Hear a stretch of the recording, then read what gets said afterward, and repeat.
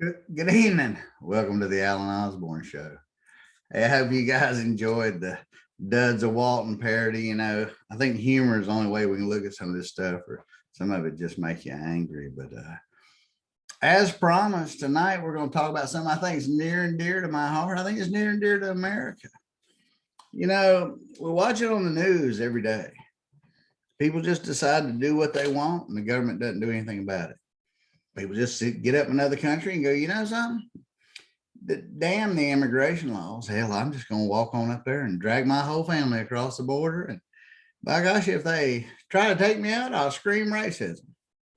If I don't get up and go to work and I don't do something, I'll scream at somebody else's fault. Well, I think America's about had it with that crap. Look, we just have to have some rules. I mean, I have to have them. Let's talk about that. How many of you out there in Alan Osborne land think that if there was a speed limit, but there was no tickets, you think anybody'd read them signs? If nobody ever got a DUI, do you think anybody quit drinking and driving? No, they don't. It's just, there's consequences to everything in life. I catch hell for this show. Everything got, so what? I'm still doing it. Life hurts sometimes. You haven't quit breathing. So that's just the consequences of life. It really is that simple. We're just making it hard. But as promised, we're going to talk about that. The problem in the Walton County, and it's a problem across America, is we got plenty of laws. We just ain't got any enforcement. And when we do have enforcement, it's selective. It depends on if they like you or not, and who you are, and how much money you got, or what's your DNA. Hell, it might be your color. It might be something else. It might be just some old piss ass high school crap from up in Defuniak, because there weren't many people in the South End 30, 40 years ago. It might be divorce crap or some relative crap. But the bottom line is, when it comes to government, we all need equal enforcement of the law. Everybody needs it. How can it be fair? Weren't the eyes of justice when she held up that, or here, getting the camera, held up her stuff there? She has a set of scales and she wears a blindfold for a reason. She shouldn't be able to see who you are, or what color you are, or what you worship, or what you wear. She should just have two sets of facts, and the greater weight of the evidence go to the facts. That's the intent of the justice system. And in our world, on the justice system in Walton County, I'm trying to get him up here. Let's see if we can get the background up here. And we're trying to get it up there. Let's see if we can get this back up here. Pardon me for the technical difficulties. There we go. And when we get to talking about things like this, on fairness and all, when it comes to law enforcement and enforcing the rules, this is the guy who's supposed to be doing this county.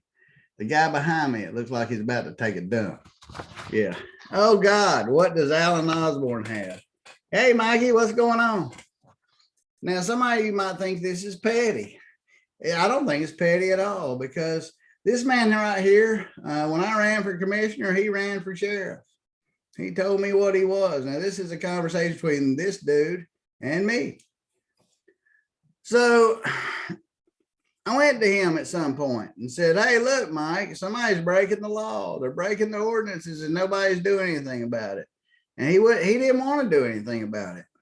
And when I said, if you wouldn't do about the ordinances, Mike, you ain't no better than a crook. And Mike's response to that was to tell Jabba the Hutt, who now works in the state attorney's office, Graham Fountain, to spend money to see if he could sue me for slander. That's how little overwatch there is on the sheriff. Now, this man behind me gets, I believe, 60 or 70% of the Walton County budget. So we're talking 70, maybe $100 million, and controls a lot in this county. Now, I'm going to read you a real report, and I'll give it to anybody. And here's what I want you to consider. At the end of it, I'm going to give you a choice of which is worse. So there is no doubt that the man behind me on the screen is the sheriff of Walton County. So I'm going to read you a letter written to the Florida Department of Law Enforcement by another person who's in charge of things in this county. And at the end of it, we'll talk about who it is. Some of you already know. And it was written about 15 years, 16 years ago to the Florida Department of Law Enforcement. And I'm going to read you some later letters also in subsequent shows. But the subject is the hindering an investigation complaint on Michael Atkinson and Michael Howell. See, you see, the sheriff used to be a police chief. And so the person that wrote this, I'll read it in their person, and I received it from a reputable source and have had it for years. On December 20th, I received a telephone call at the sheriff's office from Defuniak Spring Chief Michael Atkinson. Dude behind me. Chief Atkinson asked if we had some computers stolen. I informed Chief Atkinson that we had worked a burglary at Walton County Public Works on December 12, 2005, and 3 laptop computers have been stolen along with some digital cameras. So bottom line is this, and I'm not going to read you this report, every dang page of it, because look, there's 8 or 10 of them, and y'all don't want to hear all that boring crap, because when I post documents, y'all don't read them.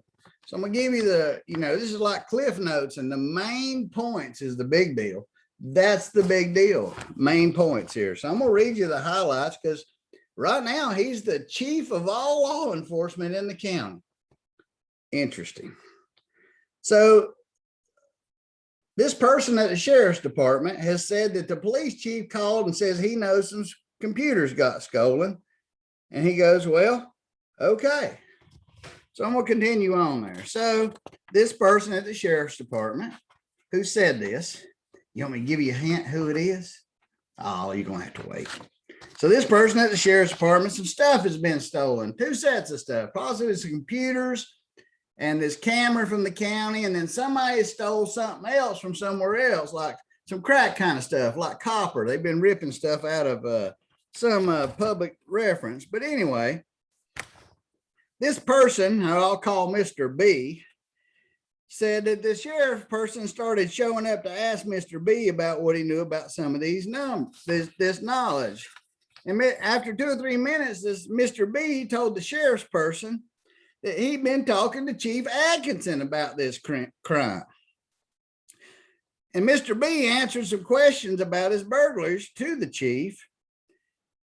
And during the conversation, while Mr. B was talking to the chief, this Chief Atkinson, our current sheriff, didn't know another sheriff was on the other end listening. Mr. B, during the conversation, responded. It asked him, it said, Mr. B asked Atkinson, or Atkinson asked Mr. B, excuse me, about the burglary and described the copper that had been stolen. During the conversation, Chief Atkinson responded, you know where it's at? And I told Mr. B to inform Chief Atkinson that I was listening and I was involved in the investigation. When Mr. B told Chief Atkinson that he was working with me on the case at the sheriff's department, Chief Atkinson said, he's sitting right here. The conversation ended shortly, meaning Chief Atkinson wasn't so comfortable talking to this witness when the witness was standing next to somebody at the sheriff's department. That would seem strange. When the conversation ended, here's what the witness said, and here's what the investigator said. The conversation with Chief Atkinson, sorry, Mike, I didn't mean to cover you there drooling on yourself. You know what he's saying is, did CC's put out another pizza? Anyway. So after this uncomfortable conversation, he gets off, the sheriff's representative standing there talking to the witness. And Mr. B says that the Chief Atkinson reacted like he was surprised and he was caught off guard to learn of your presence. And he said, what? Then Mr. B said, the chief said for you to give him a call, Sheriff Rep. Mr. Birdie said prior to that, that Chief Atkinson had already asked him questions regarding the burglaries and stolen copper, and he told him he knew where it was at, and he had actually seen it. So the sheriff told this witness he knew where the copper was, and he'd seen it. So after this was over, Mr. B wanted to talk to the chief's assistant, who was a guy named Hal. he was in on it with old Atkinson behind me when Atkinson was the chief. So he asked Mr. B to determine if he had talked to Chief Atkinson. He further stated that Mr. Howell, if he had spoken with Chief Atkinson about this, the sheriff's department tells this Mr. B witness said, yeah, we told the sheriff's department, but we couldn't get no help out of nobody else. And he further stated that Mike Atkinson will get somebody right on it. After ending the radio conversation with Mr. Howell and realizing what was happening right in front of him, Mr. B looks at me, the sheriff's rep, and says, damn, you cops are dirty. Now, this is in an official letter. After Mr. B, the witness, says this, it says that this rep got in there with Sheriff Johnson, who was the sheriff of Walton County at the time of this incident, because Mike didn't take over until later. The sheriff and this police rep met with Chief Atkinson at the storage units on Highway 90 and just west of 331. Chief Atkinson told us our stolen computers had been in the wood behind Witness X's trailer and had been moved now to Witness X's house. He said that to commit the burglaries at Public Works and Florida Transformer, they must have been driven around by some other female. At some point, it says here that Chief Atkinson briefly argued that he had attainment of a warrant based specifically on the information provided and made mention of contacting Assistant State Attorney Greg Anker. So this isn't some random crackhead. The chief says he's gone to the state attorney. Oh, Lord, it goes on to keep going on here, but here's where it gets some interesting stuff. If you guys have been following me since the list, remember that sorry deputy named Bobby Hoke, he's a bailiff and he runs the list and stuff. Well, he was involved in this investigation. In fact, it says, upon arrival at the sheriff's office, Sheriff Johnson and myself were met by investigators assigned to the Florida Transformer case. So we got two thefts going on. One is some county stuff and one is some stuff from Florida Transformers, but neither one of them appear to be in the man behind me's district, but he wants to be in charge of it because he's an elected official. And he wants to show people he can bring this to a closure, even if it's not the truth, apparently. It's what I get out of it. So I go back again. Upon arrival at the sheriff's office, Sheriff Johnson and I were met by this investigator, as well as Deputy Bobby Hokey. Like I said, the guy caught with the list. That's who was running it for the county and the sheriff's department between admin and the sheriff. Are you on the list? Watch that video. You'll see how it starts. We all met to discuss the case and information to start obtaining information. Deputy Hokey or Hoke or whatever your name is, Bobby, red face when I see you because you get thermometer head, advised that so-and-so does have a shop and is a welder. He also said he'd had to do some welding, so he'd slip over there because nobody suspect anything and have a look around. And so that's what Deputy Hokey does. He does the hokey pokey over there and looks around. So he's working for the sheriff's department. Mike works for the police department behind me. And the deputy, Hoke, who's now a bailiff, running the list for Mike, he has to go check to see if Mike's lying. So he's involved with the sheriff. So you know the sheriff ain't big on Hoke. So he's really had to suck up to him to go do what he's doing. Anyway, while gathering and doing all this, there was an investigator named JG. And JG was an investigator for Mike. And it says Investigator G stated, that's what he tells the sheriff's department, that the Chief Atkinson told him not to tell anyone anything about what he knew. Investigator G was informed that the investigation and all of the suspects were in the county and outside the jurisdiction of the city. So this investigator knows his boss behind him is telling him to do the wrong thing, and he tells the sheriff's department. Sheriff Johnson asked Investigator G if they had any evidence that linked the suspects to the burglary in the city limits, as Mike had alluded to behind me. And Johnson said, we're hoping to have footprints. And Sheriff Johnson said, so in other words, you ain't got nothing, just some hope. He says, so in other words, quote, you don't have anything, says Sheriff Johnson. Investigator G affirmed the sheriff's question. Yeah, we don't have anything. So about an hour later, Chief Atkinson calls a rep at the sheriff's department, and he knows that Investigator G has told the sheriff's department the truth, that Mike's been lying behind me. So what's Mike's response? He says Investigator G bragged about telling the truth, and that Investigator G would probably get a job at the sheriff's department. And Chief Atkinson asked the sheriff if he could confirm if his investigator told on him, basically.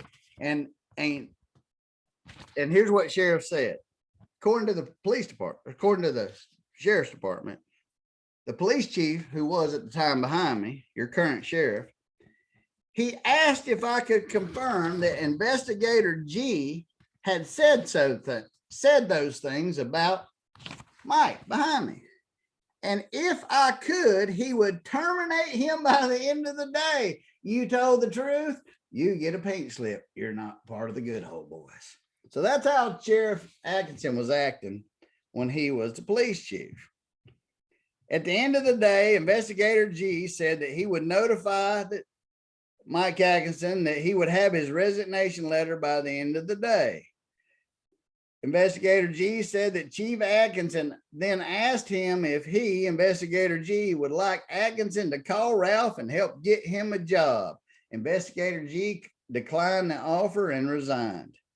During all this, Deputy Bobby Hokie paid a visit to the shop of the witness. He went inside the shop and barn where the copper was said to be located by the man behind me, remember?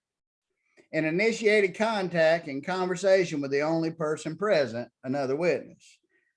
Deputy Hokie said that he was able to accomplish a good observation of the shop and the copper wasn't there. So Mike had lied, and the Sheriff Johnson knew it. The person I'm reading the report knew it, or says he knew it. And here Bobby Hope, the list guy, he knows it. So anyway, it goes on to say, and I'll just go on. He said, get to the end, and the sheriff department calls to check on Mike's story about the search warrant from the state attorney's office. It goes on to say that Mike had contacted somebody in the sheriff's office, apparently his cousin, Captain Jason Atkinson, which this report says no. Captain Atkinson in the sheriff's department, who was contacted by Chief Atkinson, then the chief of police, that Captain Atkinson was a patrol supervisor and who didn't do investigation. Well, so what was Mikey calling a cousin? Hey, secret handshake, help me out here. Yeah, Mike. But here's the summary. So they go in, they say, so they make a phone call. The sheriff's department calls the state attorney's office and talks to Greg Anchors and wants to ascertain whether in fact that Police Chief Atkinson had called him regarding to obtain a search warrant in the county. Anchors advised that Chief Atkinson had called him, but he was unable to take his call back. He said that he finally called Chief Atkinson back, and Atkinson told him he was really busy at the moment and would have to get back with him. ASA Anchors said he never heard from Chief Atkinson again.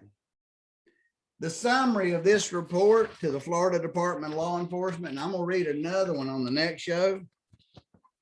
Michael Atkinson and Michael Howell fabricated erroneous, these are the accusations, untruthful information and provided misinformation regarding the persons responsible for the burglaries and thefts, as well as the locations of the stolen property, up to including Atkinson's claim of actually observing it. So Hokie said it wasn't there. Mike said it was, but it wasn't. Knowing the crimes to which they possessed relevant information were in the jurisdiction of the county and outside of Mikey's jurisdiction, Michael Howell circumvented the sheriff's office, relaying information to Chief Atkinson. He never contacted a member of the sheriff's office and even told Mr. Bodie falsely that he couldn't get any help out of anybody else. Atkinson and Howe undermined and worked around behind sheriff's investigators in an attempt to solve these cases themselves because Atkinson wanted the credit, even if it wasn't in his jurisdiction. So he was willing to manipulate it. Chief Atkinson conducted surveillance and directed a city investigator to conduct surveillance, the guy that told on him, outside the jurisdiction of city police. In addition to providing erroneous information, Chief Atkinson withheld information from the sheriff. Man, this thing just goes on. Chief Atkinson even made attempts to research the possibilities of obtaining a search warrant in the county when he was in the police and made contact with an unconcerned member of the sheriff's office, Captain Jason Atkinson, to elicit his help and assistance. Look, this thing just goes on, but let's get to it. Y'all probably tired of me reading. Hey, Mikey, you're the sheriff. So here's the question. You're the number one guy in charge of ordinances, law enforcement, and I'm sure you put away child beaters and crackheads, but do you put away the people equally that you know locally that are breaking laws and ordinances and stuff at the county? My answer is no, you don't. Now, here's the scary part. You know who that letter and that report was written by? This guy, Stan Sunday. He is the current number 2 at the county. And that should scare the hell out of everybody. So the number 1 guy in charge of law enforcement and the number 2, because Larry's sick as hell. Larry's not really the administrator. The emperor has no clothes. Larry's sick. And the fact that he showed up at a meeting the other day is the reason he made my video.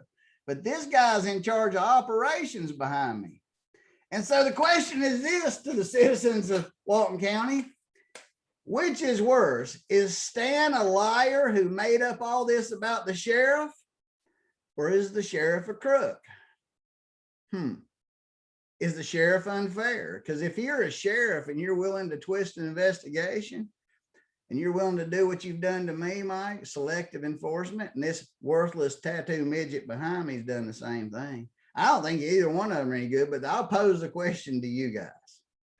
So are you more comfortable with your number 2 operations guy being a liar? Or are you more comfortable with your sheriff being dishonest? Which is it? That's only up to you on the Alan Osborne Show, because truth's stranger than fiction. And that's the way we roll at the Alan Osborne Show. Join us sometime on the Alan Osborne Show. And we look forward to having you out there and being on our team. And tell us what's going on. We'll see you next time. And y'all keep them straight out there. You hear?